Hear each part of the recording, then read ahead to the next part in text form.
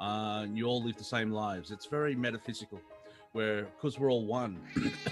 And I can't read the Akashic records. I didn't even have a card.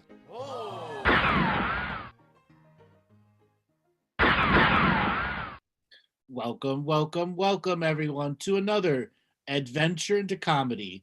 I am joined by my comical co-host, Monty Dean. Thank you, Andrew. Hello, everyone. It's good to be here. It's good to be seen. Good to see you, which is, well, you know what I mean. But tonight's show, time travel. We'll get into that later. But tonight's show is brought to you by Kamala Harris's knee pads, because everyone needs to get a little head in life. And these knee pads are only $19.99 when you Mhm. order now. Yes. You will be an incredible servant with these knee pads. You will have no bruises on your knee, and you'll be able to serve your Catholic brethren no problem. Yes, in a lovely shade of blue, the democratic blue, and I can't remember. I think and jackasses or donkeys or mules, whatever the one is. Yes. So, And these knee pads, you don't buy pair, you buy one for one knee and one for the other knee. Yes, That's yes, why we give you buy one, get one free. Such a deal. And if you're not sure, but you can still bend the knee, so you only need one. So you can still take a knee for whatever cause you want. So Monty, here we are. How many days after the election now, and still nothing's been decided? Now you want me to do maths? It's way too early in the morning. Day 18, I think it is. Yep. And we have 61 days to go. Allegedly, yes. Who knows where that's going? Because in the green room, Andrew and I were seeing what we can come up with, and the idea floating of, like, remember 6 weeks ago, 7 weeks ago, that was October. It feels like a year ago. That's right. And somehow the idea of season 5 came into the conversation of, like, wow, the writers are freaking out. Well, that was the joke that we were saying before we came on air. It's like they fucked up season 3 so bad, and that they had to skip right to season 4. And then the trial balloon from season 4 just isn't working. They aren't getting their ratings. The new cast members aren't polling right. And they're like, we need a star. So we'll switch to season 5 and get a whole new cast of Hollywood wokers. Yeah, so we'll have a recap and then a recap. And then, and it'll be starring Brie Larson and Andrea Cortez, Oxiana Cortez, AOC, and Brie Larson will be the head of season 5.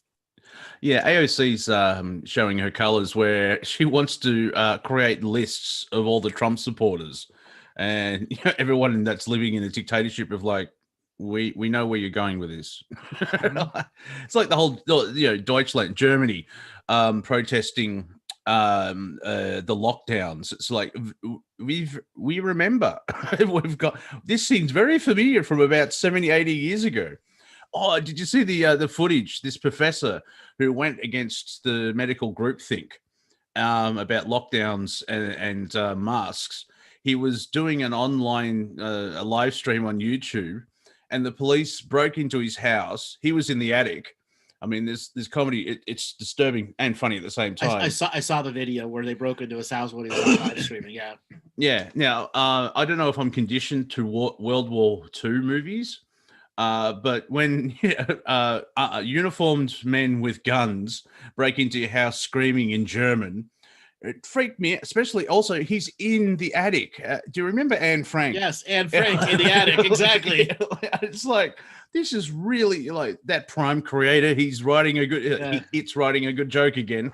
Now, if that doctor was Jewish, it'd have been even better. Oh yeah, that would have just cherry on the top of the cake. Yes. Guten Himmel, what are you doing? Yeah. Exactly. Yeah. Leave me be. I know be SS. Oh, but his reaction was awesome. He heard the thumping. He walked out of the camera frame, comes back. He's completely calm through the entire thing. They finally find him in the attic. He's like, get on your knees, get on your... All right, then. Very, very stoic German. Like, okay, fine, you know.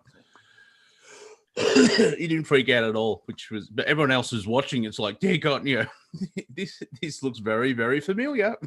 Yes, we are beginning. That same thing happened in United Kingdoms a couple weeks ago, where a person was doing a live stream with a doctor from the United States that was scamdemic, and then they broke into that person's house and ended the live stream.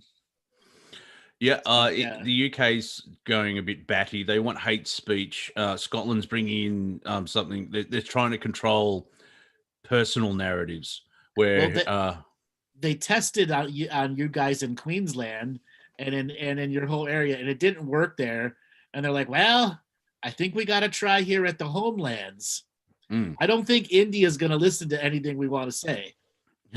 Now, also, for those Australians watching, when Andrew says Queensland, he means Queensland, yes, not the state. He means the Federation of Australia. Australia, exactly, not Queensland. Yes, Queensland is in there, but yes, it's well, the Queensland you're referring to is where the Queen goes to summer vacation every once a century. Yes, she stretches her lizard's tail. As you can see, the meme that Robert's put up, I shared that about an hour ago, where it's a great chess thing. You've got a queen and a bishop, and yep. she can move anywhere, so the bishop's in trouble. And it's interesting. I think that the checkerboard's very connected to the Freemasonry and stuff. Yeah, that photo alone's like you could do a 45-minute show on that. I know how irony all of the old esoteric stuff is right out in front of us. Oh, you know how she has a lovely shade of pink there. She's dressed in that green screen green occasionally, and the internet and photoshoppers have gone nuts with it. Where it's like someone's going to get fired at the palace, Star Trek uniform, wearing pizza. Those were quite funny. What did that come out early this summer when she was wearing the green screen green? Yeah, that's the latest one. She keeps doing it. So I just recently watched The Crown season 4, and I love the show. It's very engaging. I'm invested with the characters. Couldn't give a flying crap about the real royal family, but in this timeline, the story, like, oh, poor Diana, Charles is a dick. It's like, and Gillian Anderson does a very good Margaret Thatcher. Well, it's Gillian Anderson. I mean, yeah, I know exactly. You can't beat her. Yeah, and in season 1 and 2, they had John Lithgow playing Winston Churchill, and he's completely awesome in that. I don't know about the real Winston Churchill because, when he died, a lot of people in Southeast Asia is like, "Good, die, you fat bastard," because he's anyway. Well, that's Winston Churchill. Yeah, so, Monty, let's delve into something comical, something we can rip into, and we're going to ask our audience here. Yes, Robert's got some great stuff. We want to rip into. So we've got a really big regular audience that comes in every Friday. So we're going to reach into the collective minds of our audience here. We're going to ask you to pull the stick out of your ass and give us some subject matters that we can take the piss out of. What is floating your boat at the moment, my dear chat? Because I'm just like the whole time thing where 6 weeks felt like a year. Like, wow. What are you talking? 3 days? 3 days felt like a year. Yeah. 3 days felt like a year. Yeah. You know, what's the short version as the Galactic Historian? What's the very short version of what's happening there? Why does time feel like it's so stressed? Is it just energy, perception, or? Well, you're the lazy Time Lord. Come on. Yeah, well, that's basically only you can define lazy short time. This is where the lazy Time Lord rolls out of bed. I'm not going to be late to anything. I'm a lazy Time Lord. Well, that's quite easy. Since we're all a fractal of the Prime Creator, and when you are the Prime Creator, it's boring as batshit. except for when you realize, oh, I've created batshit. But in that nanosecond of spirituality, it's like, oh, crap. So my perception is while being in the 3D matrix, I'm slowing time down as much as possible, because once you break that time barrier, everything's instantaneous. And it's like, because I remember this week I did ask you, like, why did we come here for this Earth thing? And the premise of your answer was because it's fun. I'm like, because it's fun, because you don't get to do what you do here anywhere else. Yeah, mind you, I think after this small chapter in Galactic History, it's like, yeah, it's the whole experiment of Earth and what we're going through. It's the question was, I wonder if now we know the answer, and so when the question comes up again, it's like, no, we've done that. We've done that a lot. We're Quite a bit, exactly. Yeah, here's the memory. Here's the DVD. Go watch the edited highlights. We're not going back to that. Exactly. That's a good one to put up, Robert. That's a good one. Ladies and gentlemen, Robert's looking at my Facebook page because these are all my memes. Courtesy of Monty tonight. Thank you very much. I'm a meme genius on the old Instagram because I don't put up photos of myself. I will start putting up photos of Scoff Chops, though, because she's got to earn her keep. Let's be fair. Well, if Martina's cat Milo can get 90,000 views and 27,000 likes, Scoff Chops can compete there. Yeah, and she could probably get sponsorship before me because, quick sidestep. Whiskers, it's the only flavor that. Do you have Whiskers? I don't know if it's global. It's here in Australia, the cat food. And Scoffy only eats Whiskers. I've tried everything else. It's like, what the hell is this shit? It's like, all right, let's just go to the Whiskers. However, they used to sell 1 kilo bag of dried food. Now it's 800 grams, and the price went up. I'm like, you fucking corporations! I hate when they do that. Well, they're going after the targeted the cat ladies and the cat people first. Yeah, well, see, hermits are now after lockdown for a whole year. Hermits have respect now in society. Yes, that's why yesterday we came up with the 12-step program for hermits. So why don't we tap into that? Ask the audience, what is the first 2 steps of the 12-step anti-hermit program? So, Monty, you're a hermit, so let's stand on stage here and understand what the first 2 steps of being a hermit, of being an anonymous hermit. The first step is to accept or to realize you are a hermit. Yep. And the second step is to realize that peopling's hard. That's why you are a hermit. I'm not going out I'm not going outside. It's all peoply. And then if you want to stop being a hermit, you got to go outside. Yeah, that's as someone Joyce in the chat. Third step is out the door. Like you actually have to leave the cave. Exactly, have to go out and leave the cave. Come to a meeting, a Hermit's Anonymous meeting, now, an HA meeting. You can make steps towards that, like say, leave the house, walk to the letterbox, and from there you can. When you go buy food, you are leaving the house. So there you go. But then there's a meeting, and if anyone's tried to hold a meeting for hermits, takes forever. They're only once a decade, and you're lucky if 3 people turn up. Yeah, and they always want them to be online, and that's the whole point, is to meet in person. Yeah, I do find that interesting. Where, especially, well, maybe not in the spiritual community, but people change their names, and they've got Super Jesus 5000. Gary, no. Like, yeah, people change their names. They've got their aliases. We're into transparency. Is that right, Rocket Pocket? A master of the hermetic arts. All right. So we know what the first 3 steps are. Step 4, this is the challenging one. You're outside. You're going to go to a Hermit's Anonymous meeting. And you're going to be the first person in the room all by yourself.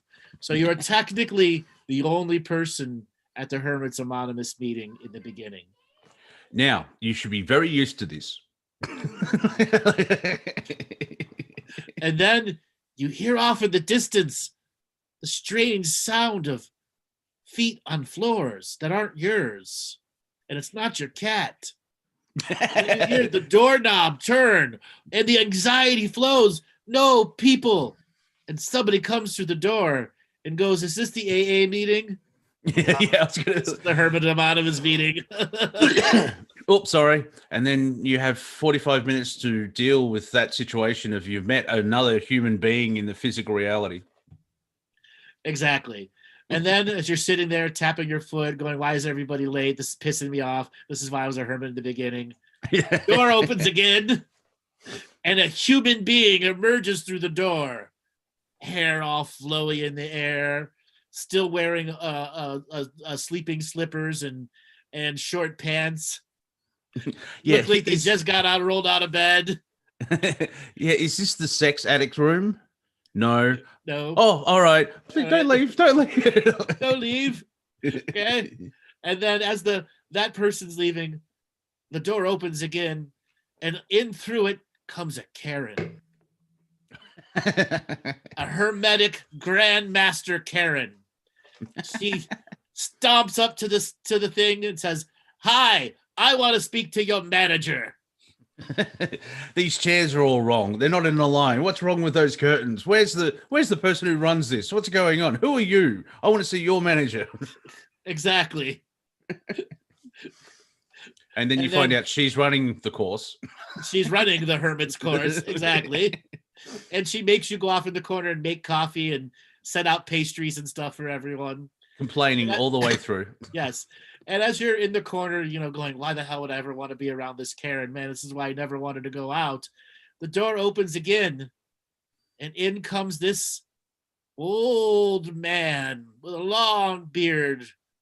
Comes in with his walker, and his walker says, "Go Trump." And behind him comes his wife, who lives on the other side of the house. Go Biden on her walker. Oh, They live in the same house, but they're both hermits. Yeah. Okay? Yeah. We can see that because just the division where like friendships have dissolved because of political leanings, marriages have dissolved because of political leanings. I can see why some aliens just laugh at us. Like you don't realize you can have two different ideas and coexist and be friends. But now it's like, no, we have to pick a side. Yes. So the old gentleman goes up to the thing, and he comes up and he goes, "My wife made me come here and said if I don't come here, I'm going to get a divorce. So, hi, my name's Jeff. I'm a Trump supporter and I'm a hermit. All right, woman, your turn." He goes and sits down. Martha comes up there and goes, "Hi, my name's Martha and I'm a hermit and I'm a Biden supporter. And that's why we're hermits, because we both are different sides." And Karen from the background says, "This is no political associations. I want to speak to your managers." Yeah, they have a son who's a libertarian. He's stuck in the middle. He's stuck in the middle, exactly. Dad, Mom, please. And then you're there worrying, like, God, 3 people in the room. I haven't been in a room with 3 people in forever. What am I doing here? Why didn't my guru tell me about this? I didn't see it in my crystals. Exactly. I didn't see it in my crystals. Nobody told me about my cards. What is it? Is my hermesy and is my hermit energy in retrograde? No, I'm sure my soul contract. I looked at the fine print of my soul contract. What the fuck's going on here? I would like to see. Oh no, I'm turning into her. Exactly. So the room settles down and the door opens again, and in comes this burly looking truck driver person dressed in camouflage with a red MAGA hat. Okay. He all puffed up. Oh, and he's got a gun on his side too. Okay. And he comes up and goes, "Is this the Shooters Anonymous? Is this the Lone Gunman's Anonymous?" No. Okay. He leaves. Are you a hermit? No, I just run away from things. That's why I'm on the road 50 years, 50 weeks during the year. Yeah, 50 weeks a year, exactly. Yeah, I'm not a hermit. I just drive away from every problem I have. So you're there getting worried. All these people, I don't think I can handle the energy anymore. You look down to your cell phone and check your Facebook page, and you see, oh my Lord, they're banning accounts again. What am I gonna do? I'm losing all this time where I could be on social media. Oh, but I got this damn court order to not be a hermit anymore. Yes, and also you're very upset because you don't follow QAnon. You're a Star Trek fan, and your favorite character is Q, and you had your account locked because Facebook are bastards, and so you're upset about that because Q a lot of people making that connection of like Q, is that the one from Star Trek? Because he's a bit of a prick, so that kind of makes sense. Yeah, see, you're not a QAnon, he's an H-anon. Hermits anon. It's very hard to find hermits. Why? Well, they don't leave the house. I like that. I'm a hermit, but I've got over 500 friends on Facebook. You're multi-dimensional. Exactly. All right. So you're really getting disturbed with these three annoying people in the room. And finally the door opens and this beautiful looking woman comes in, dressed in some very unique power business clothes. She strolls up to the front there, as you can hear Karen disparaging her in the background and how she looks. I wouldn't wear those shoes. Yes, I wouldn't wear those shoes, exactly. And she comes up to the microphone and says, "Hi, my name is Elaine, and I'm a hermit. I also do webcams."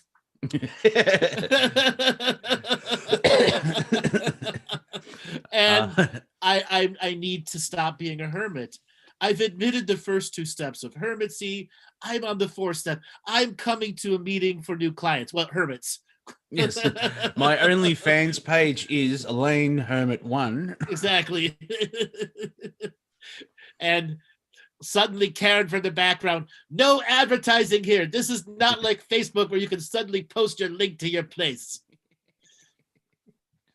And Elaine comes and sits down next to you. Now, there's chairs everywhere, but she purposely sits down next to you. Hand you a business card. Hands you a business card. All right, Monty, I'll let you do the next person that enters the room. Okay, because I'm just freaking out of like, that's you've just described my dream. Like, I'll leave the house, we'll go into a room, and then the goddess sits next to me, and then I start freaking out and sweating. Like, this sounds very. Are you tapping into my Akashic record, you bastard? See the next person. Well, I don't think anyone turns up. We'll have to come to the next meeting when someone walks in the door. I've gone blank. Of course. The doors open. A largish woman, very happy, and smells like cat. Comes in. It's like, I'm a hermit, and apparently I have to leave the house. And my cats have actually told me to leave the house. They've had enough. So I'm not crazy. How dare you call me crazy? I am a cat lady. I'm very happy with myself, but my family has suggested that I actually get out to meet other people. So I'll meet other hermits, and I won't see you for 7 years. Yeah, and she's a retired Karen. Yes. Yeah, she doesn't need to see anyone's manager anymore. No. Yeah. She's her own manager. She's her own manager, exactly. She's enlightened to the Karen, the template. I don't need to see your. It's not you. It's not you, Karen. It's me, Karen. All right. So the room is beginning to fill up now. Elaine is still making you nervous. Your palms are sweaty, and you're like, "Oh no, when's this meeting gonna start?" And never mind. I don't know how that happened. Hello, who are you? Could you mute whoever that is, Robert? I think that's Dawn. Dawn White. You're We want to talk to your manager. Dawn walks into the meeting, is like, oh, and then walks back out again. Wrong room, sorry. Yes. All right. So there's this awkward silence, and the main Karen comes up and says, all right, everyone, let's pull our chairs into a circle, and we're going to start the meeting. And everyone pulls their chairs into a circle, and Karen starts talking about her life, about being a hermit. Minutes go by and by and by, and Karen doesn't stop. Story after Karen story doesn't of stop confrontation. Exactly. Confrontation with the manager. This convenience store manager, this restaurant manager, this pub manager. I'm like, there's a theme here, Karen. Yes. And then the door opens again, and 3 people arrive at once. Everyone looks at them all funny. Karen's going, you're interrupting my story.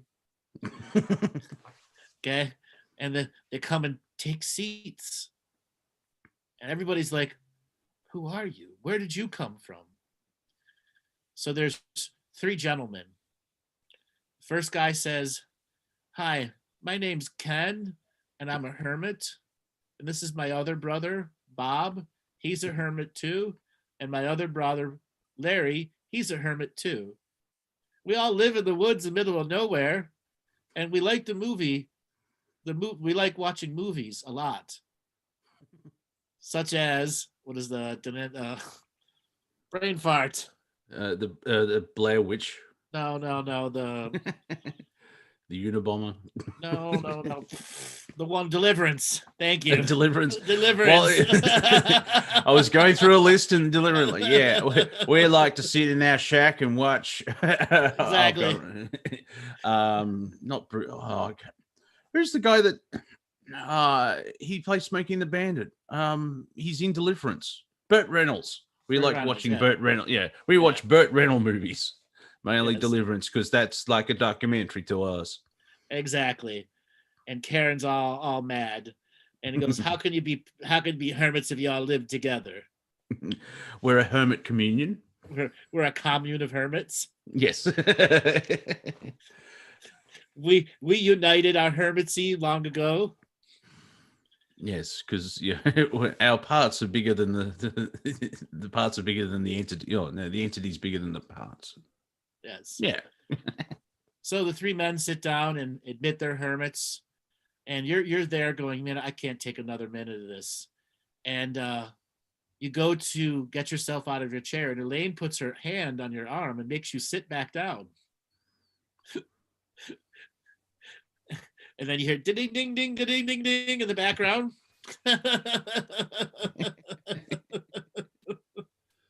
Holy shit, you're strong, Elaine. Thanks, Sean. And you're like, no, I can't take it anymore. You stand up and you run for the door. You close the door behind you going, I'm never going to go to a hermit's meeting again. Never, ever going to go to a hermit's meeting again. 6 days later. 6 days later. Exactly. I guess I should go. Elaine may be there. Yes, Elaine may be there. My sex drive's been engaged. Damn you, hermit. Exactly. She rang the bell. I got confused. There you go. Now, for the audience that wants to add stuff into there, who is the next person that enters the door? The next archetypical hermit we haven't talked about.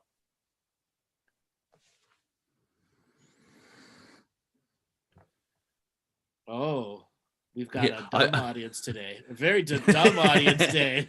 Max Headroom. Wow, a computer created image of a head walks in. It's 2020. I wouldn't be surprised. Sasquatch. You looking for the Anons, a vegetarian light worker. Exactly. Yeah. I like the idea of Sasquatch turning up like, okay, you people are idiots. Leave us alone. I mean, yes, we can flip from reality to reality, but you're ruining the planet, peeps. Dude, you're walking around picking up my shit. And every film of me, it's not me, it's a guy in a suit. We are highly offended by that. Get a budget, for God's sake. Yes. So now we've had an example of what a Hermit's Anonymous meeting is like. Mm-hmm. We've gone up to step 6. And over the next few weeks, we're truly going to flush out what the real 12-step Hermits Anonymous is going to be like. So we're going to ask people to go to our Facebook pages and put a post on my page or Monty's page. What's your view of the 12 steps process for Hermits should be?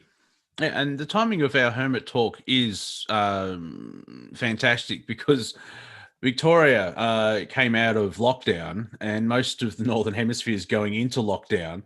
And so I did find it interesting where, like, this is my personal timeline because I realized everyone's slowly turning into me, where you don't have much money, you're stuck at home. It's like, you've just described my life. It's like, okay, I thought, as we pointed out, like when Barack Obama says, yeah, we're going to make everyone equal. Everyone thought, they'll lift society up and we're all well off. But, the global narrative wants, certain factions wants to push everyone down so they're poor. So there's that vast, there, I'm speaking English and American, that vast chasm between the rich and the poor. Great expanse. Yeah, the great expanse, yes. Exactly. Did you notice after the election, people on the left side, some people on the left side of the aisle came up with, like, they thought that the Trumpsters would react exactly the same as the Democrats did 4 years ago. Mm-hmm. And so they came up with, like, you have hopium. They came up with copium. You have to cope with this. And that meme only lasted 36 hours because they just ran it into the ground. Mm-hmm. And it's like, and also because the Republican side didn't freak out. They just like, well, apart from the fraud, but other than that, it's like, oh, okay, well, the people actually voted and we've chosen allegedly Biden. Yeah, completely different from 4 years ago, where basically it's like Donald Trump is president. And I also do like where the Democratic Party is like, now, since we're in charge, we ask for unity and love. It's like, well, how about an apology for your behavior for the last 4 years of calling me a Nazi? Okay, you utter twat. I want to say something. If Facebook had not been banning all these conservatives and deplatforming all these people, and the election went through with Biden in the situation he's in now, what would Facebook be like? With the Qers still on Facebook, come on. Oh yeah, I mean there'll be an element. They'll vent it online because there's that keyboard warrior anonymity type thing. But I don't see the Republicans going, you know what? Hey Dave, I'm very upset that we lost the election. Let's go down to the general store and light it on fire because that will show them. I like the Babylon Bee that released an article. So like 63 Republicans after the election got up, went out into the streets and drove to their work. But if the Conservative Party, the Qers and those people weren't taken off of Facebook, I think you would see people trying to organize marches, armed marches with guns. It would escalate to that point. It would escalate to that point. Yeah. An element of that is because you've seen. I've got to get it right. Paid provocateurs that are acting like Democrats have been. I mean, I don't want to ever hear about Portland ever again. Oregon. I'm sorry to say that, but it's been on fire for nearly 4 months. One block has been on fire for 4 months. And it's like, we're protesting. What, reality? You look like Satan's burn everything down. That's because it's a stage set. It's a giant sound stage set. Oh yeah, I know. But the way that idea is put into the narrative, that's where you get the Proud Boy. Yeah, you've got the rise of the Democrats going out and defending with rifles. I'm not saying it's a good thing, but it's a reaction to that action. It's like, why? Look at all these Trumpers and they're dangerous and they've got guns. Well, I mean, you could tell the provocateurs not to burn, loot, and kill. If you didn't do that, you wouldn't have all these nuts wearing red caps and guns on streets. There's kind of a timeline here, people. But the guys with the red caps and guns were out 4 years ago, before the left went insane and had a schizophrenic breakdown. Yeah, but they weren't burning shit down. No, they weren't burning shit. They were peacefully armed protests. Yeah, exactly. That air of "don't fuck with us," all right? That's right, exactly. Yeah. It's like we're here, we're out, but if you attack us, we'll defend. And yet the other side is we'll defend if you attack us. No, wait. I know what I mean. Let's move on. That's how armed protests work. Yeah, I know. Well, like all these George Floyd protests. Yeah, there are genuine protests where people would like reform the police and human lives matter. And then you've got 15% of like, no, let's fuck shit up. We hate anarchy. We hate y'all. And then there was I need them new sneakers and sweat track. Yeah. George Floyd was killed. It's disgusting. Everyone, we're going to Walmart to pick up a flat screen TV. That will show them. Like, what? You're taking a trolley to a protest? I think that's wrong. Mm-hmm. And then you had the what is it in Louisiana, or there was a right wing. I hate the labels, but it's just easier to explain stuff. A right wing protest where Virginia or somewhere like that were thinking about taking away the guns. Virginia. That was Virginia. Virginia. Yeah. Over thousands of people turned up armed and heavily, and strangely enough, they were in front of the front of the state capitol building. Yeah. Strangely enough, and not much happened because everyone was heavily armed. Well, the thing is, they passed the law 2 weeks later after they banned protesting. They passed the law. Oh, of course, yeah.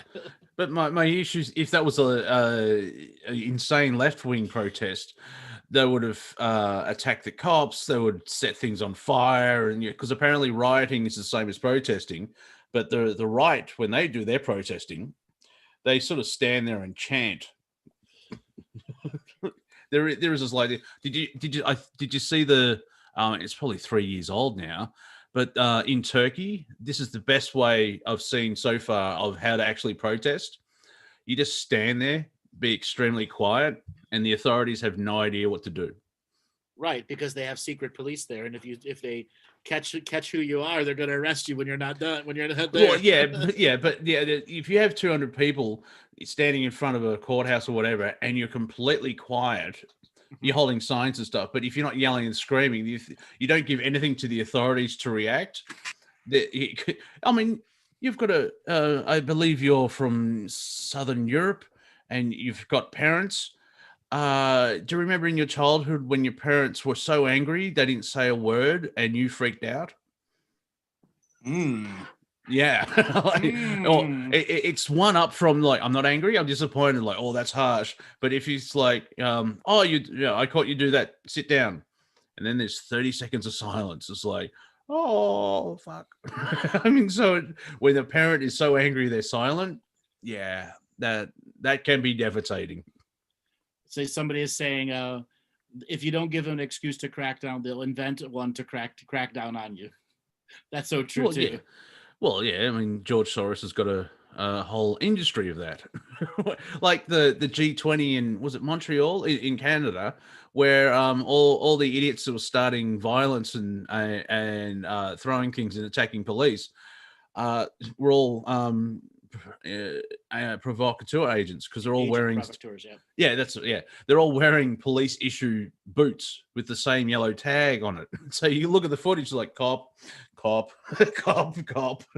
Yeah, private security, Blackwater. Yeah, and that was really intense. Like Dan Dix, his real name. It's not like an internet pseudonym. It's like, no, his last name is Dix, and I'm sure his childhood would have been insane, really bad. Did a great documentary. I can't remember what it's called, but he just follows it along, where it was New World Order on steroids, where they use an arena, a sporting arena with all the cages, and they put law just they corralled police, and it was like a testing pattern of how to try and control the masses because they're evil pricks. So I some years ago I was writing a story and I wanted to come up with a really weird name, and I had an FBI agent and his name was Richard Cranium. Ah, yeah, well, yeah. Dickhead. Yes. I like the jazz singer Richard Cheese.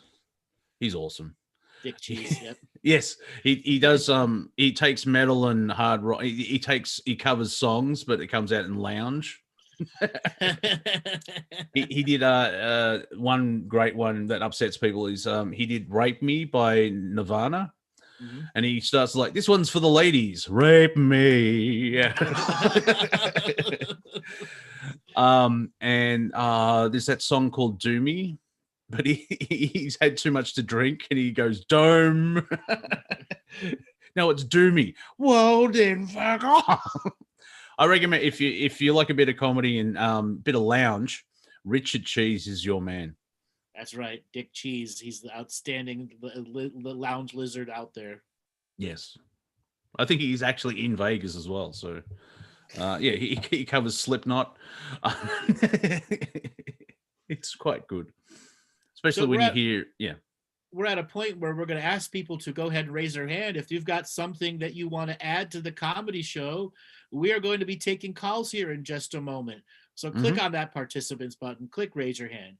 If you are listening on Facebook, YouTube, Twitter, Twitch, and want to be a part of the actual comedy show where we look at the chat room, answer your questions, laugh at your statements, or want to be a person that can call in, Robert's going to put up some information for you and those other platforms. You can do it.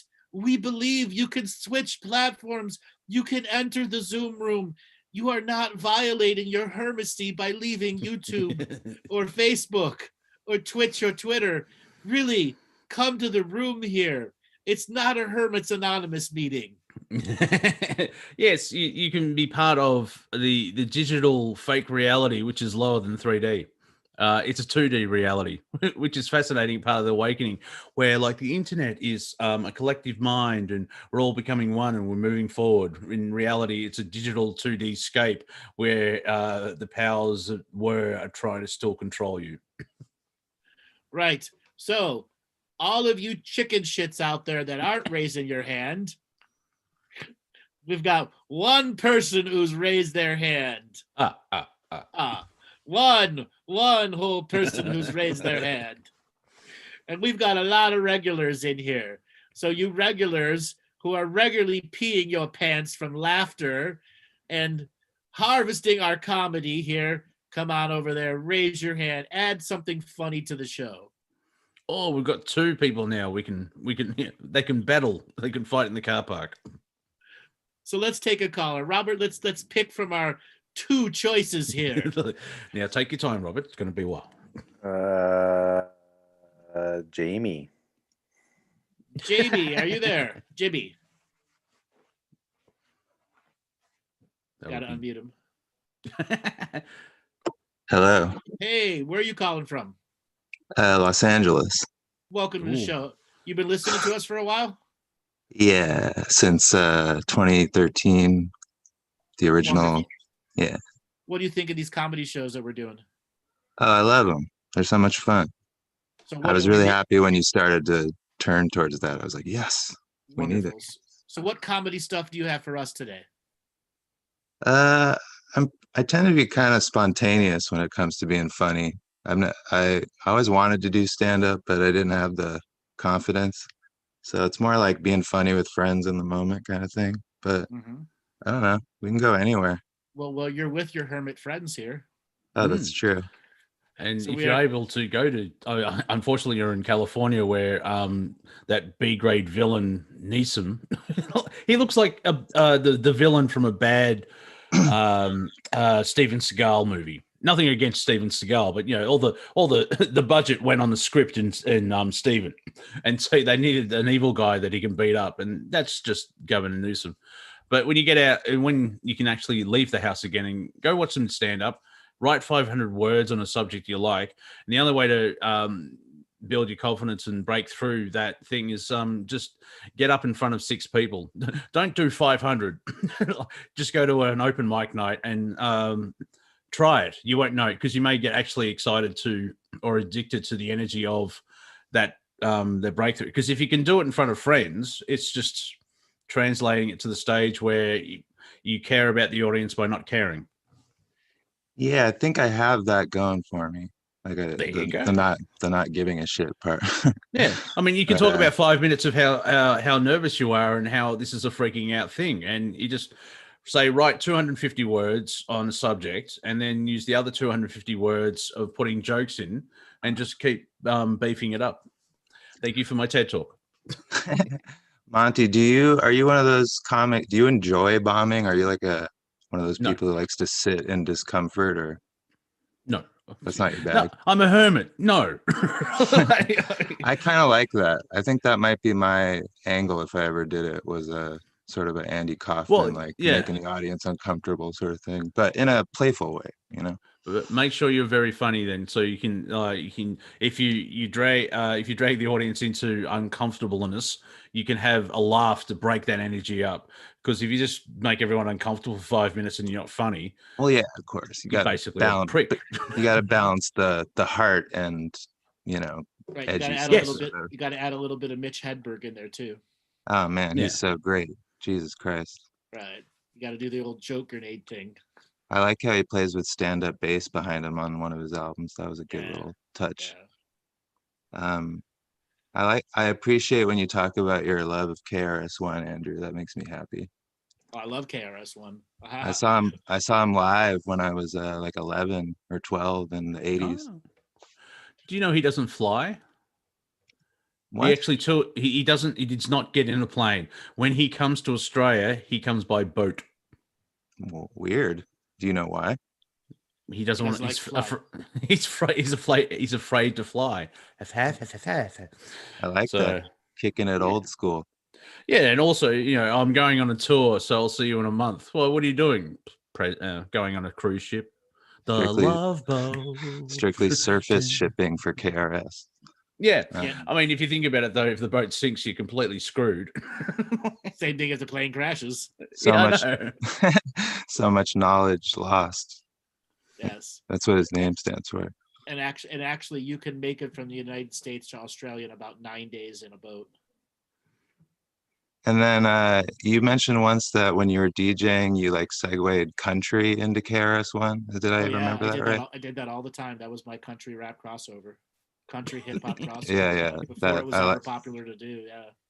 That's a move after my own heart. I DJ too and love weird inversions. Do you know the scratch master Freddy Fringers? Yeah, he wrote isn't that? Or no, maybe I'm thinking of Freddie Fresh. Somebody named Freddie. No, who's Freddy Fingers? So Freddy Fringers was the original Grandmaster Scratcher that made scratch battles. Like in the 70s? No, like true hip hop, early generation. It would have been Philadelphia, probably 86, 88.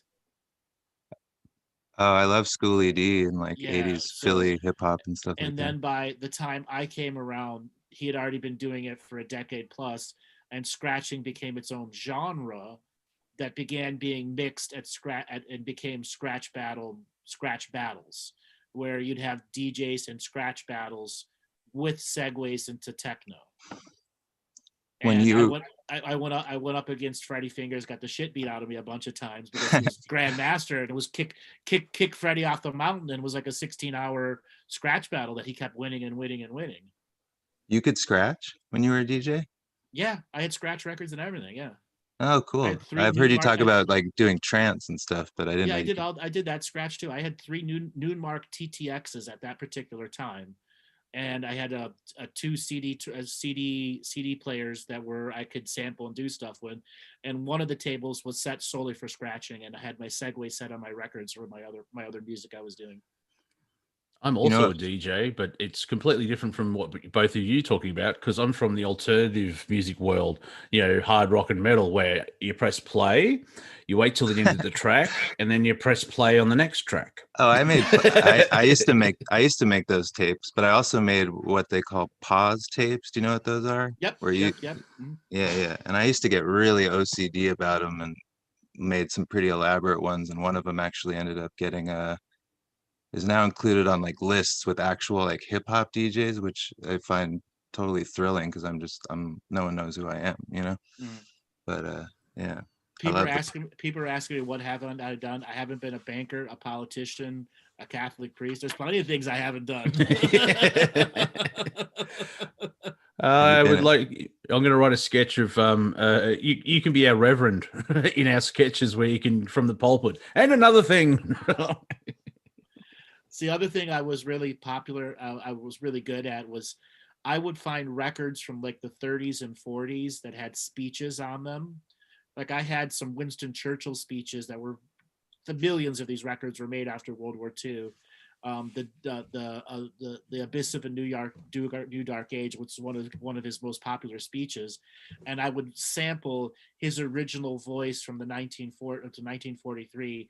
And if we don't challenge Germany now, we should all fall into the abyss of a new dark age, and then go into some dark house trance and something like with some Yeah. awesome negative bass in it. Yeah. I love those moments at raves in the 90s where someone would slip in some cool thing and you're kind of lit up a little bit, your antennas up, Yep. and you Yep. know what I Yep. mean? I did that a lot. And I then I did was it. such a big fan of Diesel Boy. Do you know Diesel Boy? Uh-huh. Oh, I was such a huge fan of how he did his crazy negative bass. Did you ever get into the orb at all? The Orb, Crystal Method, all them, yeah. Yeah, I was big into that stuff. I did samples as well in my world where Korn have a song called Twist, which is basically the singer doing scat over for a minute. And then I would go into Got the Life, which is one of their biggest songs. But in between that, you'd have Ralph Wiggum saying, I bent my Wookiee. Boom. So Exactly. Oh my God, I'll there's so many. put a lot of comedy into mine. Actually, Tool's song Eulogy. It's got like a long 2-minute intro of like all this tapping and it builds up to goes in. I took Bill Hicks's routine about if you think drugs are bad, go home to your house, go home and destroy your record CDs and tapes because all those musicians really high on drugs. I mean, the Beatles are so high that Oh, you like did Ringo. that. Yeah, I didn't do it, but I put Bill's sample over that, Yeah. and the way that I set it up is when he finished the track on the routine, is just before the guitar goes didn't. So it was a great Oh, build up. perfect. You described that well. I even know the pause you did with the really high on drug, like good Yep. impression. I did a lot of sampling of Sam Kinison in my tracks. Oh, yeah, exactly. Or the fucking a dead body and just some weird ass things.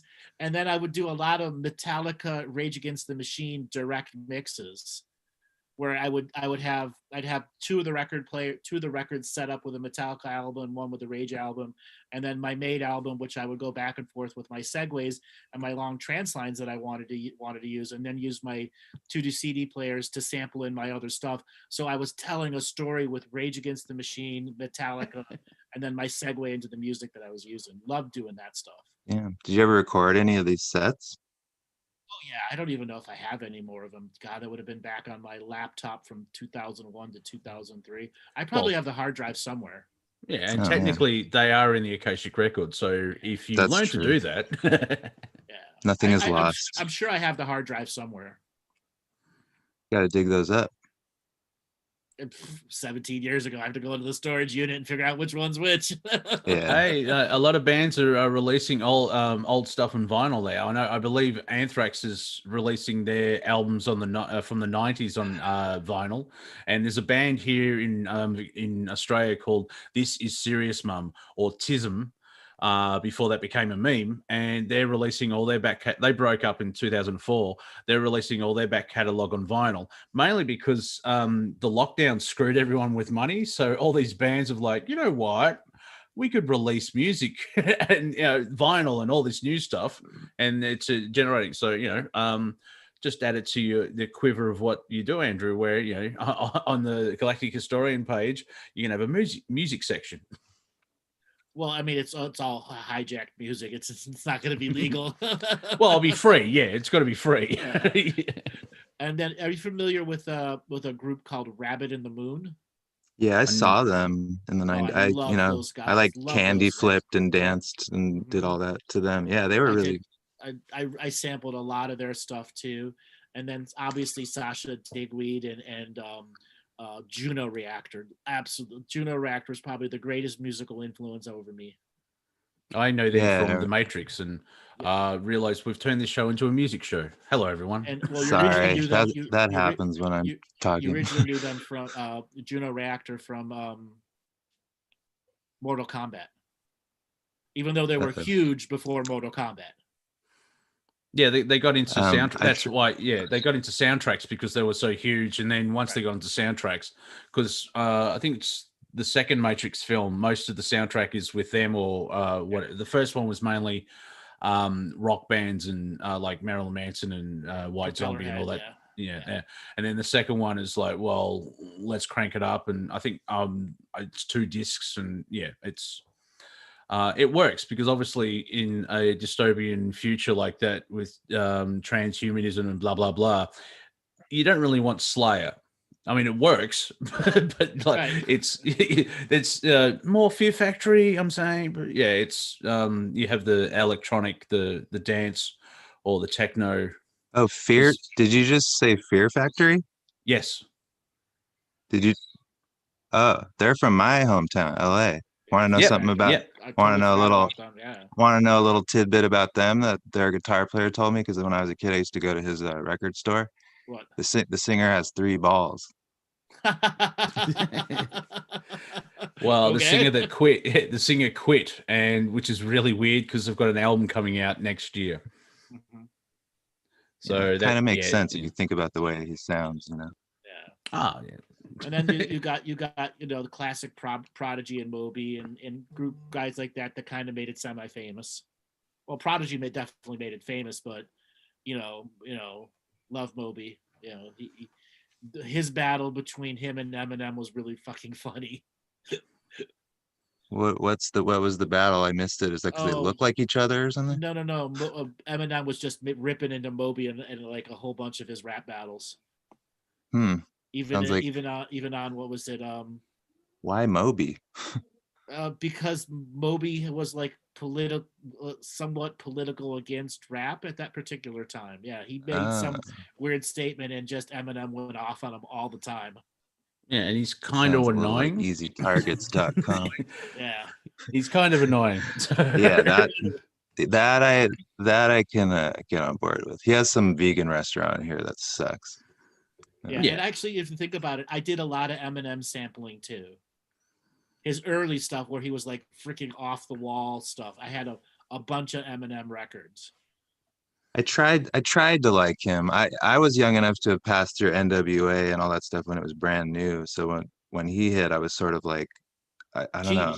When he hit, he was a genius. That's what I saw. I saw him as an absolute freaking genius. I mean, definitely skillful for sure. I don't know. I'm real particular about stuff. I think for some reason, his third or fourth album, it was wearing a bit thin. And also there's an element of he was so famous, or was when he wasn't as hungry as he started out, because when you're starving you become more creative. But if you're flying and if you're at Dr. Dre levels, sometimes the edgeness gets lost in the music. The D. Snyder, who was in Twisted Sister, after that, We're Not Going to Take It album went through the roof, and because they were basically renting and what's the next teen anthem? Where's the angst? He's sitting by, after all that success, he's sitting by the pool and he's got a Ferrari in his garage in his new mansion. And he's like, how am I supposed to write the next edgy song? It's like, I've got everything. So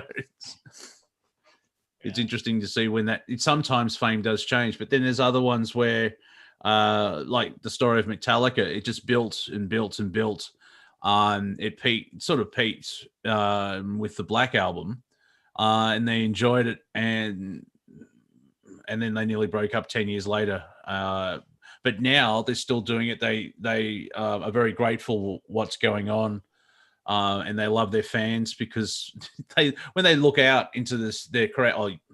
Up until last year, they would look out into their crowd and you would see almost 3 generations of the same family watching the band, where someone who went to see them in 1984 has their son was probably 10, and then their son got into Metallica and he probably had a daughter or a son in 2000. You know what I mean?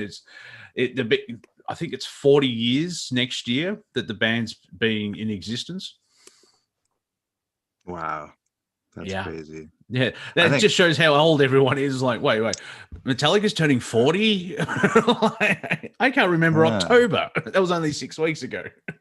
All right, Jimmy, thanks a lot for calling. We got to move on to the next caller. You're a fun guy to talk to.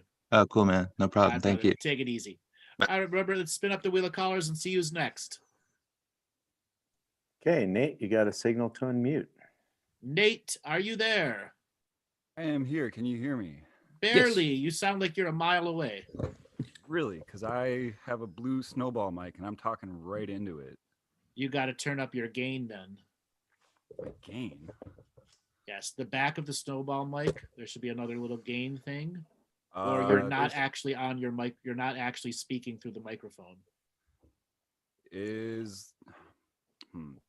Or maybe Zoom audio. Come back to me. I'm going to check my mic settings. It might be feeding through the computer mic, not the snowball.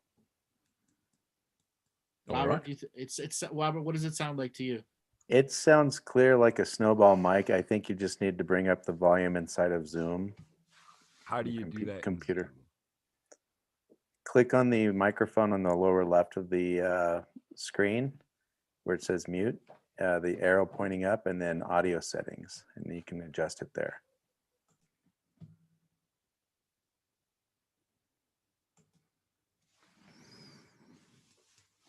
We are live, ladies and gentlemen.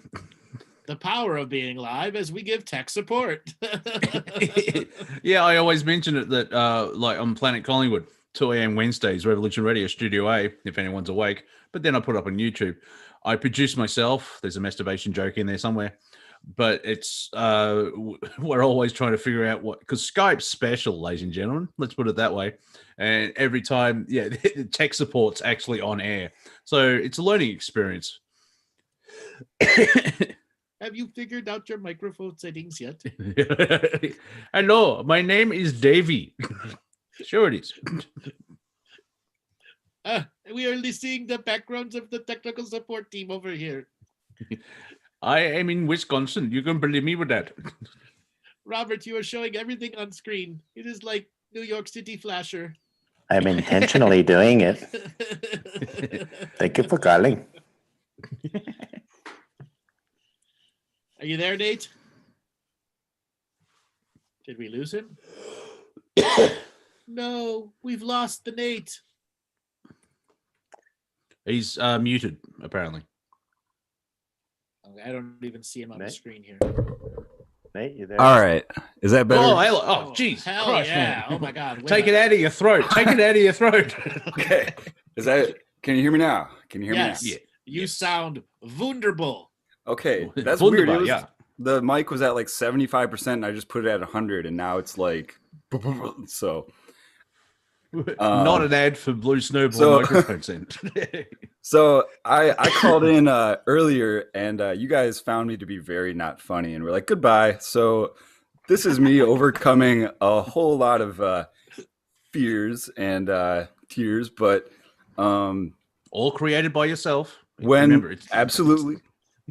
And so I did a lot of fire ceremonies and a lot of revocations and I wasn't gonna raise my hand, but then you guys started talking about music, and I'm sitting here with a guitar in my lap right now, and I have a song that is about self-forgiveness. I think it's kind of funny. So, with your permission, I actually Of course. remember you. Yeah, you were like, bye. Bye. So I was But you're like, making us laugh now. Yes, Yeah. you're Right? making us laugh now. Yeah, what you said went over last time. Went over like a brick balloon. Oh, It just man. went. Boom. yeah, I think I even sent you a Facebook message apologizing. I was like, oh man. So yeah, a good way to get some self-reflection out of these shows, if you are someone who calls in live, like listen to yourself and see how fucked up you sound. Mhm. See how hermetic you sound. Right. So I'm just So you're gonna do a song for us? yeah, let's see how the guitar levels sound. All right. yeah. Perfect. Go ahead. And plus, so I guess the kind of music I make, I call country absurdist. So, What, you get your house back, you get your wife back, you get your dog back, you get your Right? truck back. Yeah, all right. no, that's country in reverse. Oh, that's right. Yeah. Yeah. It's 2020. Country absurdist. Trump gets elected president. Yeah, pretty much. Q comes true, and Karens take over the world. Q from Star Trek is like his cabinet. Yep. Gotcha. All right, so this song is called "No Mistake." Okay, go ahead. It's over now, so get on out. Yeah, had your chance to feel bad about what you're thinking. If you were wrong, well, it's okay. Move along, forget the song you're singing. And crack a beer and sit right here. For the hour, you got nothing to fear. Pack a bowl and relax your soul. Yeah, I know it won't fill the hole. 'Cause everybody does stupid shit sometimes. Everybody knows, no one knows everything. Everybody's going back in the ground someday anyway. That's a fact, and you can bet it's no mistake. So get your booty back on the inside track where the curves are easy and the breeze ain't so breezy. 'Cause life's a bitch and so is an itch. They're one and the same as the birds, bees, and trees see. So cut some slack and tie a knot. It don't mean that it is what you thought. 'Cause it all comes out in the wash unless you die. But if you're dead, so what? 'Cause everybody does stupid shit sometimes. Everybody knows, no one knows everything. Everybody's going back in the ground someday anyway. That's a fact, and you can bet it's no mistake. Thank you Bravo. for putting up with me. Bravo. Amazing work. You I have pulled yourself out of comedy unenlightenment and given us great, wonderful enlightenment. You have redeemed yourself. I have 3 comments. One, I feel like I'm in an episode of Justified now. It's like, wow, I'm just waiting for Timothy to break in my door and say, now you've been bad, haven't you, son? 2, you have to do the film clip in a bathtub just to keep with the theme. And 3, you can sing and play at the same time. So clearly I hate you because I can't do that yet. So that's all. You should record that. You have the technology. If you've got GarageBand or whatever PC thing, you can do it quite easily and film something and put it up and just see what happens. Adventure. I actually wrote that before 2012, and because of some of the other things I was writing, I was playing open mics in like San Francisco and stuff, and I basically became a targeted individual. And they they wanted me to come down to LA and take it up the ass and do all the whole rigmarole that goes The on music with industry.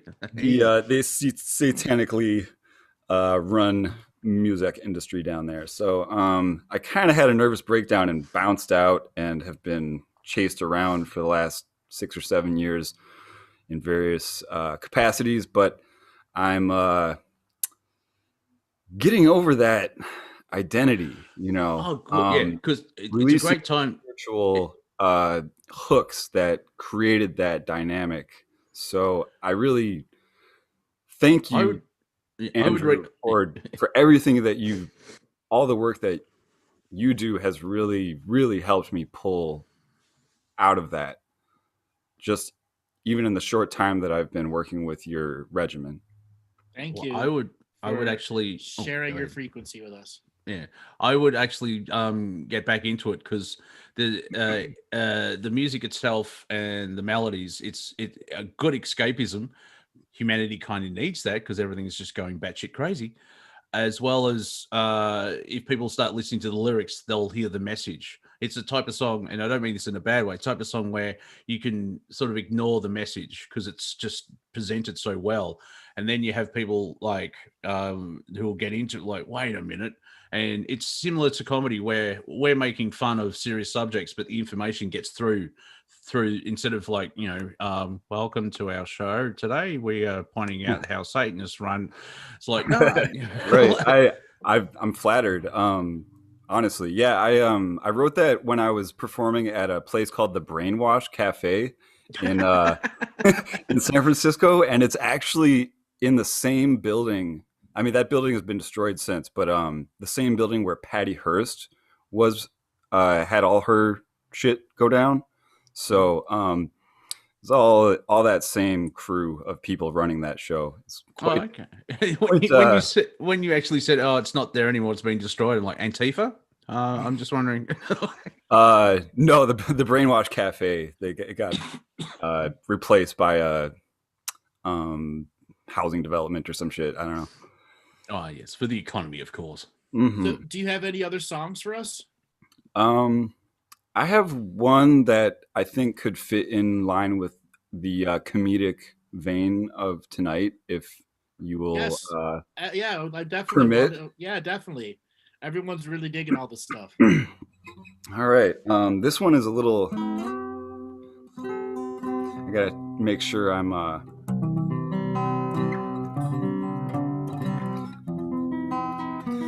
I do have some music up on my YouTube channel. I've been struggling with recording equipment, but this is kind of an extension of one that's already up on my channel. But let's see. This is called "The Man, the Guy, the Gal, and Me."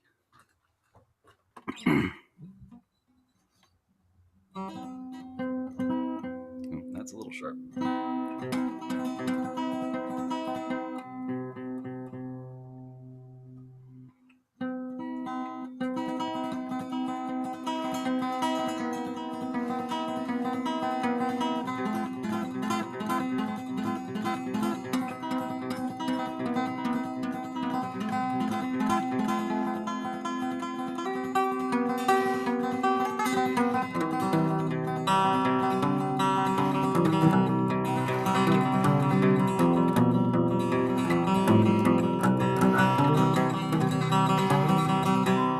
Well, there once was a guy, once a man, but he had no hands. He played guitar like a railroad tram. Had played a song and it wasn't bad. Yeah, he did what he could with what he had. Had a sound you couldn't miss. Had a sound that sounded like this.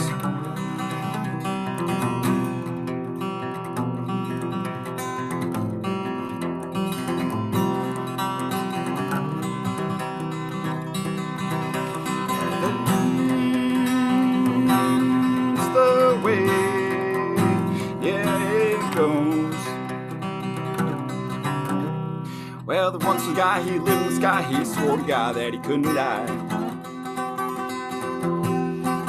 Well, he had a car called a shooting star.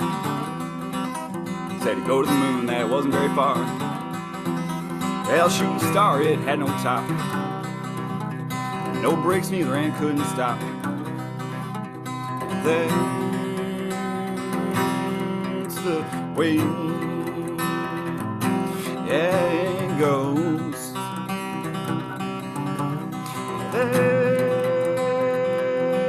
That's the way it goes. Well, there once a gal, but she had no pal. She wrote this paper of personality. Well, she couldn't find a guy who was kind and clean, 'cause really most guys just dumb and mean. So she settled for a guy who was sweet and nice. 3 years later, she was cold as ice. That's the way, yeah, it goes.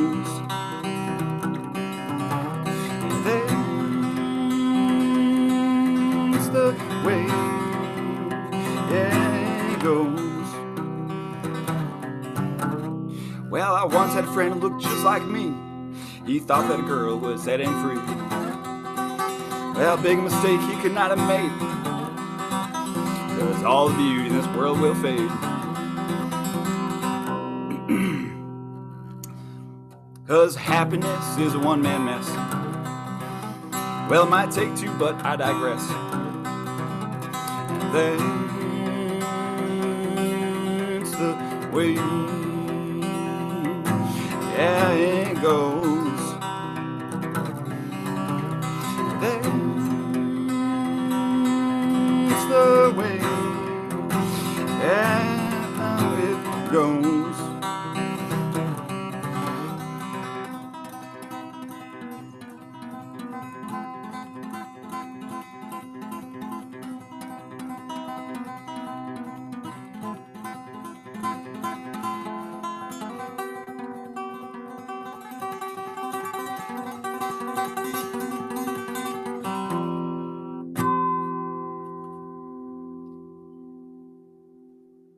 Bravo.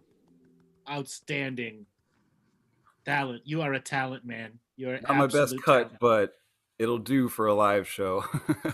Exactly. Hermits unite around Nate. Everyone, all of you hermits unite around him. Why don't you give a plug for your YouTube channel too, and give a way for people to get a hold of you? It's just my name, Nate Ribbons. That's it. There you go. You want to give an email out too? I know, Mr. There. Mr. Hermit. Hey! I want to get people contacting me. What's going on? No, you leave a comment on my channel, and if you're not a sketchy, if you don't set off my sketchy dar, I'll give you my email. That song made me feel like I was in a Deadwood episode where I was just waiting for an angry Englishman to come out swearing at me. You know, it's interesting. I grew up going down to South Dakota and Sturgis and Deadwood, and my grandpa's from there, and we would drive down there every summer. I'm in Minneapolis, St. Paul right now, so it's interesting that you keep bringing up that part of the country, which is kind of my like spiritual safe zone roots. I don't know. Yeah, it's synchronistic. Like what? Like you know, in the spiritual exercise, they're like, visualize yourself in a safe space. Like I visualize myself in my grandparents' backyard. So a lot of people have been in the chat saying that it's almost like we're around a campfire, and that's another idea for a video where just do sacred ceremony with your fire and get a couple of friends to help film it, where the lighting is from the fire itself and sing it to the fire and just spiritual it up. It reminds me, last week I was on a show talking to someone and talking about how smoking helps all the people ground themselves. And she said that, well, I don't smoke, but I do fire ceremony once a week. And she then mentioned that where the smoke apparently just goes in one direction, all the trees where the smoke goes, all the trees are growing higher and bigger. And I mentioned, oh, that's because of peer pressure. Because if like, we need to grow, because if not, we'll end up on the fire. Well, biologically, what's going on when you make a fire is really interesting because you're sort of like, it's sort of like you sacrifice this little patch of ground for the greater good of the whole forest, because you're basically blighting the soil when you make it that hot. You're actually adding nutrients into it. You're adding pot and potash to that ground, which then is deeply moist underneath, and it sucks the Well, potash deep it depends on how hot you make. If it's just a regular bonfire, yeah. But if it's like, if it gets too hot, you can blight the like, you can kill everything. But then like all that smoke and ash goes up and feeds the rest of the forest. Mm-hmm. Well, I'm one of those people that gets my fire hot. Yeah, I have a few. I've made a few special fire bonfire things where I have like a 20-foot metal pipe attached to a fan or a leaf blower, so I can get it extremely oh my God. hot. And I do this on purpose because I do these unique magical tests where you can get the fire to make all different sorts of colors and shapes and frequencies. And then I'll get the fire like 45-50 pieces of big logs out there, and then they're starting to turn into coals, and I'll use a special metal rake to spread them out so it's like 15-20 feet round. If anybody's watched my summer solstice videos where you see the drone camera and you make the eyeball, it's called making a god's mode eye out of fire. And when you're that close to that fire, the heat is so intense, and and if it starts to mist or rain at that time, you will literally see a dome around you as it's amazing to feel that frequency when you're reaching fires that are that hot. Yeah, when you or when I found out that fire was a part of your process and regimen, I was like, okay, this is my guy, because I grew up camping and canoeing and going out on like 2-week 30-day trips and stuff, and my favorite thing to do is build a small super hot fire. And so yeah, I've probably done more fire ceremonies than revocations by now, but I live in an apartment, so I kind of have to go out into the woods and do that there nearby. But I still get bothered. So yesterday a guy was like, you really shouldn't. He kind of walked over with his mask on, his pod person face going, and he's like, you really shouldn't be building fires here. And I'm like, yeah, I know what I'm doing. The ground is wet up here. It's November, guy. Don't let what people saying to you matter to you. Don't worry about it. Oh no, I'm way past that. I just thought it was kind of funny that it was at the sort of breaking point of like an inner spiritual hump that I've been trying to get over for a long, long time. And as soon as those last logs finally turn into ash, this dude shows up and is like, you shouldn't be doing this. Yeah, exactly. Which is the universe saying, right, you've done the right thing. Exactly. All right, Nate, man, you're an outstanding caller. Thank you so much for calling in. Thank Keep you. on trucking. Share your music as wide and far as you can do it. All right, brother. Thanks for calling in. All right. Thank you. We're going to pick one more caller. All right, Robert. You already picked me. Oh, well, Sean, he already picked you. Okay. What's up? What's up, Sean? How you doing? Pretty good. What did you think of that music that was just played for us? Oh, it's fun. Maybe you want to pick up my guitar and play. Oh, it motivated you. Yeah. It was like an expert musician. That was cool. He's like an expert musician. Yeah, Sean did say almost. Yeah, yokel. Almost pick up the guitar. Like, oh, I don't know if I'm good. Well, whatever. So what's going on with you, Sean? What have we been making you laugh? Yeah. Been kicking it easy. Cooking supper, and the whole show has been pretty good. What are you cooking? I made lasagna. You made lasagna. Oh, look at you. Yeah, first time too. How did it come out? Oh, it's just about. I haven't taken it out yet. Okay. It should So, be out in like we're going to 5 put you on the comedy spot. What do you have to make us laugh? Oh, I don't know. I'll just share. I'll reiterate. I don't know. Did anybody watch that colonoscopy video that one of your friends shared with you? Yes, the one where they're farting okay. nonstop. Yes. Oh my god! Okay. Yeah, that was pretty funny. Yes, there's this one lady who lets out this thunderous, like 45-second thunder fart going. Yeah, I recommend everyone to go look at that. Yes, It's, you could just go on YouTube and just type in colonoscopy farts, and you'll see 1,000 videos that are compilations of people just doing some weird ass farting. I shared that with my mom. She shared it with like my aunt, and it just kept going. So it was pretty good. Yes, and Rosa was saying she summoned Thor. That's right. But that's dope. So, Sean, are you a deep dish, Chicago deep dish, or New York flat pizza? I'm gonna go deep dish right off the bat. Telling a Canadian. Yeah, just like, serve it up, send it to my door. That'd be great. Really great. Yes, I am a deep disher all the way through. Yes, flat thin crust pizza is good, but if I'm going to choose and I have two real options, I will choose the deep dish every time. You know what? My aunt used to make them all the time when we were like kids running around the house and stuff like that, and they were delicious. Well, this weekend I have a special deep dish pan. It's only like this big, like a 12-inch or an 8-inch pan, and I'm going to be making my own deep dish pizza. Dough from scratch. Pick one? Yeah, I'll make a couple. I'm gonna have my test bed to make sure I do it right. Nice, clever. Instead of making like a giant one with all the toppings and it comes out wrong, I'm gonna do my first one in a small one. Yeah.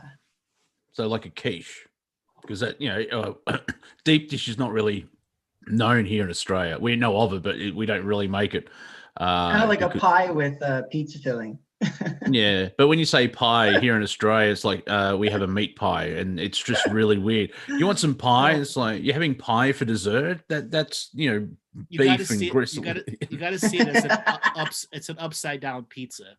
The cheese is on the bottom, and then they put a layer of dough, and then they put sausage pepperoni toppings, and then they put the sauce on the top. And it's 4 to 6 inches thick. Okay, so it's literally like that thick. A deep dish. Yeah, pizza pie. Yeah.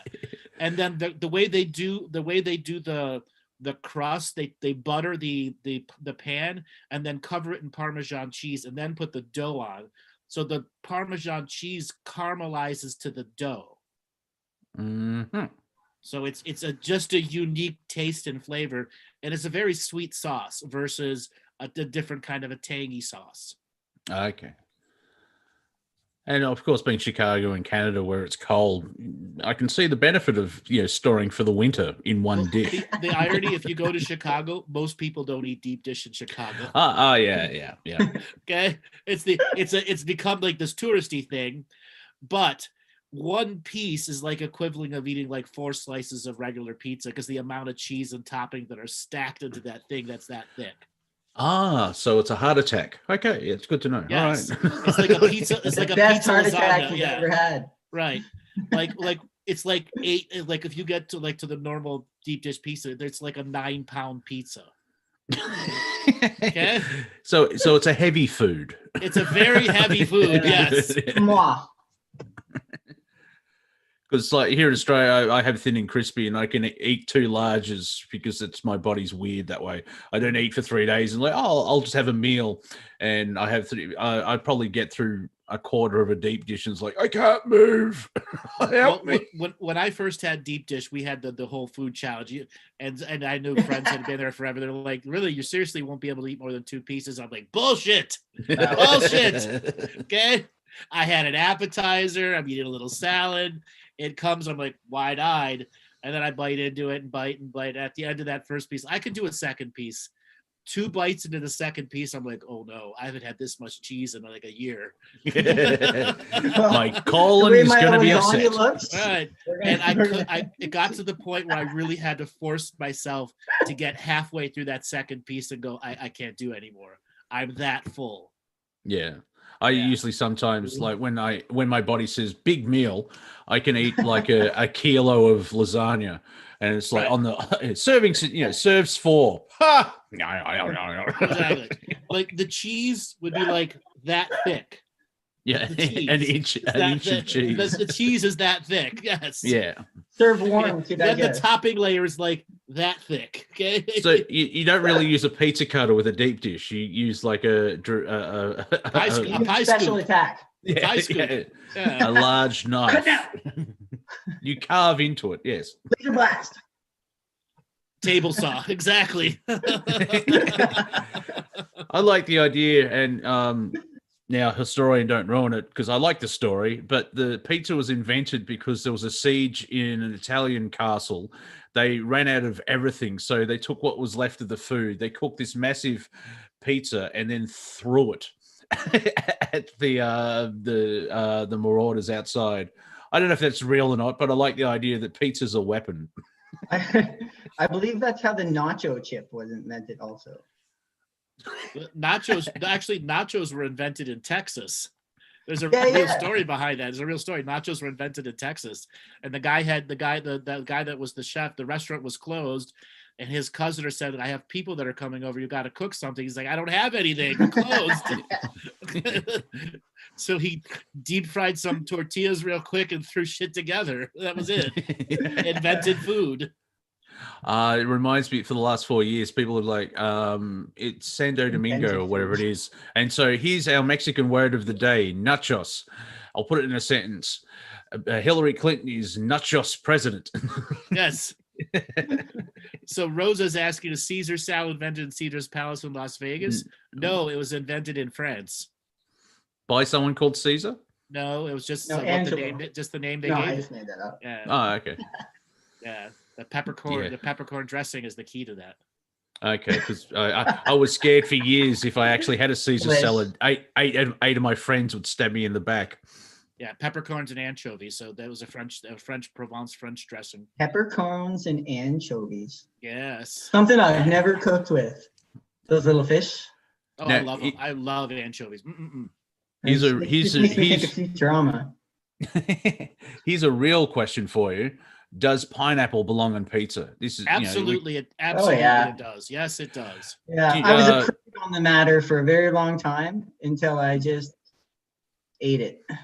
Yeah, because here in Australia, there's people in Australia like pineapple doesn't belong on pizza. It's like since the 70s, you can get frozen pizzas. It's called Hawaiian. We've based our whole civilization here in Australia on Hawaiian pizza. The first time that is known when the idea of the Hawaiian pizza, which is just pineapple and ham, came from Germany on a cooking show in 1957. Yes, bacon bits, pineapple, ham, and bacon bits. Yeah. Yeah. And now it's this whole thing of like, you're uncouth if you put pineapple on a pizza, and it's like being Australian. What? We like Pizza Hut. It's named after a hut. That's where they had the Hawaiian pizza, and it makes it's not that massive jump to the conclusion of like I'm going to put fruit on it. And it's like, well, why not? The humble pineapple is fine. Someone put a potato on or tomato on there.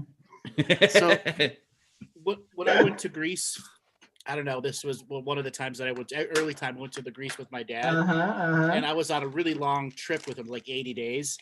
And we decided, he's like, we're going to get you some American. We're going to go get a pizza.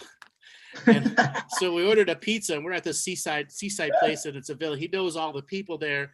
And this pizza comes out, and there's a whole deep fried fish in the center of the pizza, okay, surrounded by cheese that was clearly not mozzarella. Okay? And the bones were still in the fish. Identify. Yes, bones were still in the fish. No, it turned out to be a cheese called a casera cheese. Oh, of course. It's like a really Greece. yeah. That's funny. It tasted good, honestly, but it was like, this is pizza. It's funny because I got the same story when I went traveling for my first time out of Canada and went to Switzerland when I was 18. And there was black olives with like the nut in there, the seed, but you had a fucking fish on it. Yeah, I had a whole fish, bone, deep fried fish, head, tail, everything.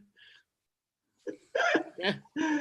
I love olives too, but when I do my victory lap of the Earth after we're free from this shenanigans. All right, Space Jam it. I'm going to actually just do a food tour. I'm going to go to Rome for pizza. I'm going to go to Switzerland, Belgium for chocolate. I'm going to miss England. As much candy as you want. Well, that as well, yeah, since I'll be a light being. I will go to Edinburgh because they have deep fried Mars bars. Oh, yeah. Only the Scottish is like, I've been drinking for 8 hours, pure Scotch or whiskey. I feel like we should take a chocolate bar and deep fry it. That would be great. Like, obviously, actually, like, I had one once. It was all right. You know, there was just the family hype. Yeah, you don't really want to. I'm not having haggis. That just sounds like we'll run out of food. Haggis is it's very tasty. Never had haggis is very, very tasty. Don't crumb on it because of the name. It's actually quite good. No, don't dish it out till you smell that fried intestine. No. Yeah, it's not the name. It's the ingredients. What we take is all the shitty bits of the sheep, right, and we put it into the colon. The aroma. And then we boil it. It's great. The aroma from those innards. Yeah. You know, we got the idea from Native Americans because, you use every part of the animal. It's basically sausage, okay? Chunks in it, okay? That's one thing. Apart from when I watched The West Wing, apart from understanding how the American political system works. No, that Haggai. Or it's the budget for the new Alien movies not that big. But with The West Wing, they have this thing of like a lot of people don't like a lot of people eat sausages until you tell them how they're made, and they use that in the political thing. It's like you can say something, but you don't have to give out every detail. A lot of people love a lot of things till you tell them anything about it. Yes. So, Sean, when you were traveling, what are some of the more unusual foods you've had? Oh, unusual foods. Okay, so I was in India, and I was staying with a Muslim family, and they cooked up some goat brains to make on chapatis or rotis, and it was pretty good. So, for people that don't know what a roti is, it is a Indian taco. Soft taco, except it's made out of chickpea. The taco is made out of ground up chickpea, and so it's bread. It's bread, but it's a roti, but it folds up, and they have potato and all this other stuff in there. And they also don't stop serving you these rotis until you fall over. They're done. That's where you fall over. Like until you refuse almost violently. Now, I got to enjoy brain and tongue out of the taco trucks in Los Angeles and San Francisco. Ooh. Oh, I loved the lingua bird. You know what? Burritos. Oh, those were so good. And then the sheep's brain, once you got over how it looked and it mixed with all the other stuff and you were okay with the texture, it was amazing.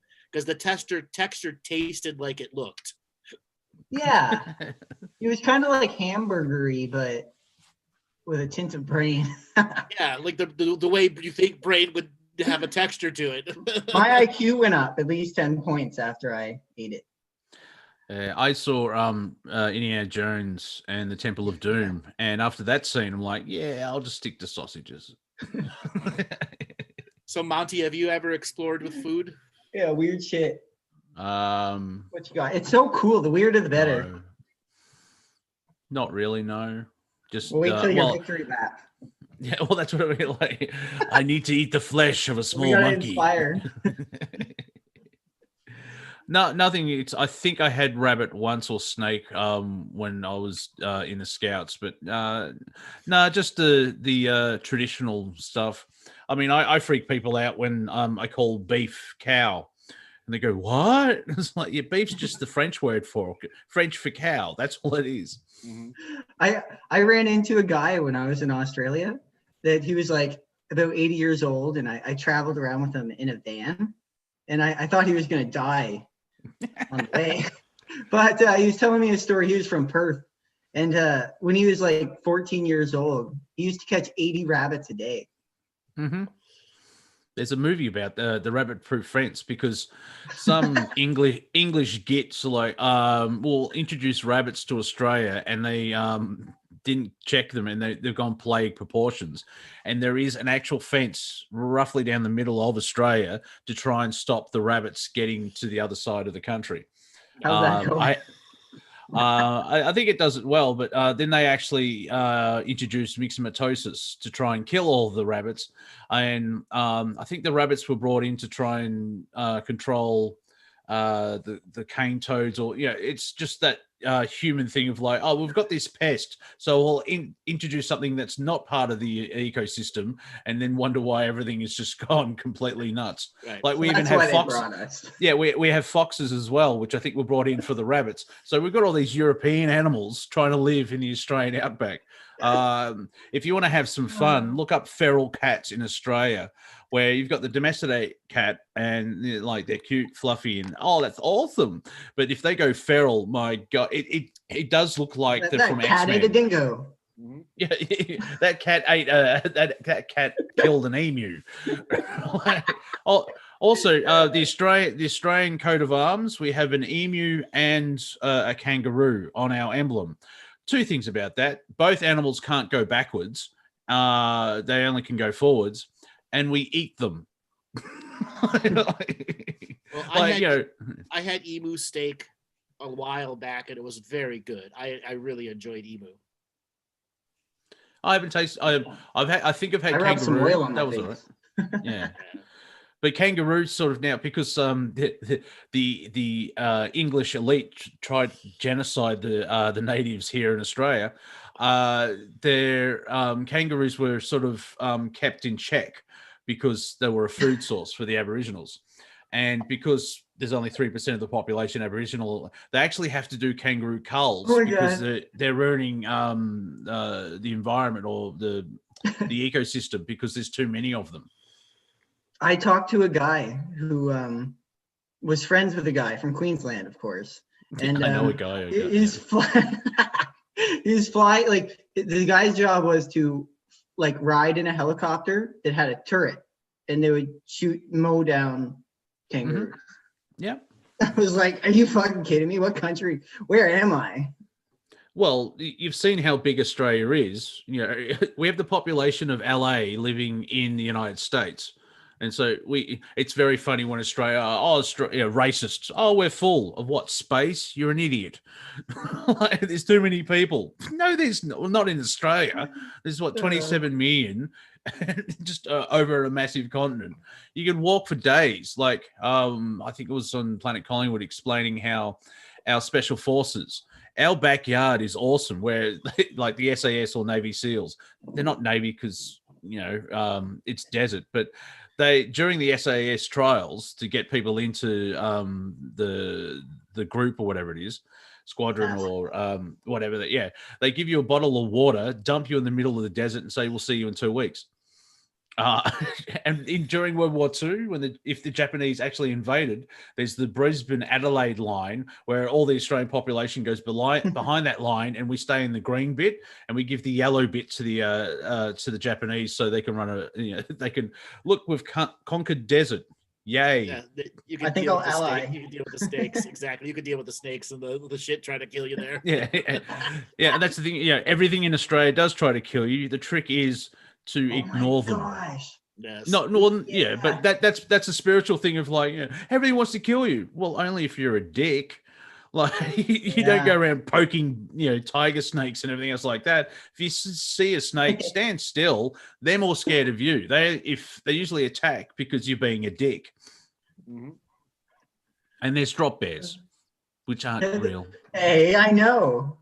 Because well, they could be drop bears, but they're just basically Koala bears? genetically enhanced. Yeah, koala. They're not. Well, koala's not a bear; it's a marsupial. The thing about a koala is they have massive claws, and if they get angry, they could rip you to shreds. The way that nature has dealt with that is they eat a lot of eucalyptus leaves, which means they get high. So basically, they're the Australian natural stoners, and they're just whacked out all day. They just eat 3 tons of leaves a day and sleep. That's why they're so docile. Like, look, a car's coming. I'll slowly wander across the road. If they were higher alert and on speed, there'll be death machines.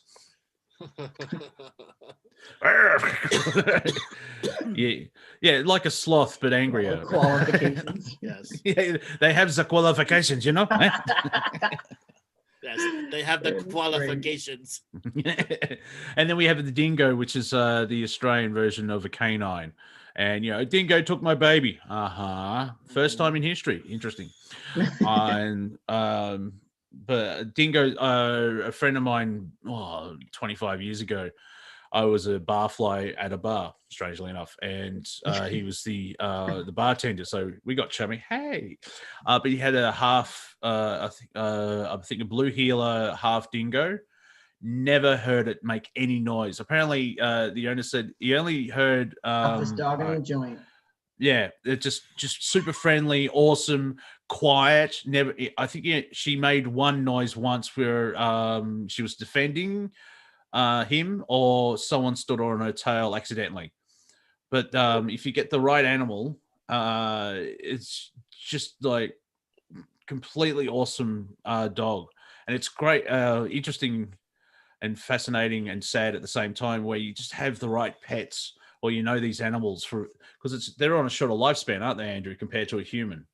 I'm trying to. I have flashes of when Scoffy leaves me, and my entire being's like, "Not now!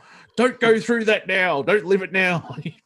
It's the transition, because especially cats, you usually spiritually, cats turn up for their reason at the right time, and they're there for you.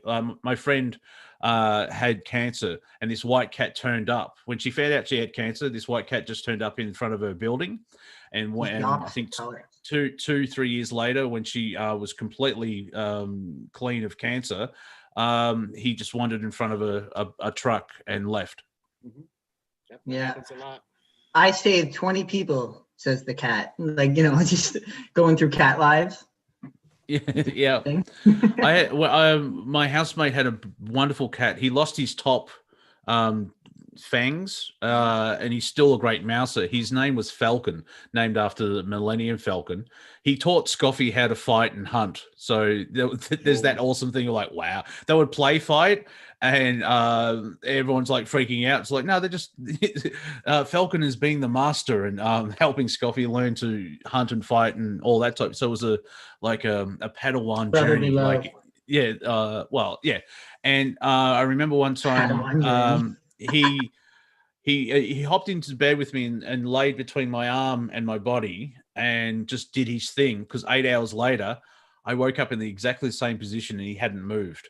He was such a powerful spiritual entity, and unfortunately he's moved on. I didn't see him. I only saw him once after I moved, and he just came up and sat on me because he just knew the energy and everything else like that. So it's like, oh, they're awesome, but when they go, it's like, oh, I'm going to go spiritual Karen. Why can't I see these things again, you bastards? Yes. Why must I feel? Yes. Oh yeah. All right, Sean. Thanks a lot for calling in. Yeah, thanks, guys. All right, brother. Take it easy. Good to talk. All right, Monty. We're at the end of the show. Why don't you give people a way to get a hold of you? I am on YouTube, Wafer Thin Entertainment, screaming towards 500 subs on the old YouTube, which it's only I've gone up 15 people in the last 24 hours, so thank you. On Twitter, while it's still there, at Real Monty Dean. On Facebook, Monty Dean. Apparently, I'm the 5th one, so that's my life number as well. My numerology, as well as on Instagram, Monty at Dean, and I'm on Parler, if you're part of that crew, at Wafer Thin. And because I'm out of lockdown, you may see me at a local supermarket buying chicken. And you all know who I am. You can go to my website, andrewbartzis.com. You can catch me on Facebook or YouTube. Just type in Andrew Bartzis or Galactic Historian. We will be back this coming Tuesday for another show with Martina Grubmuller. All right, Robert, take us away.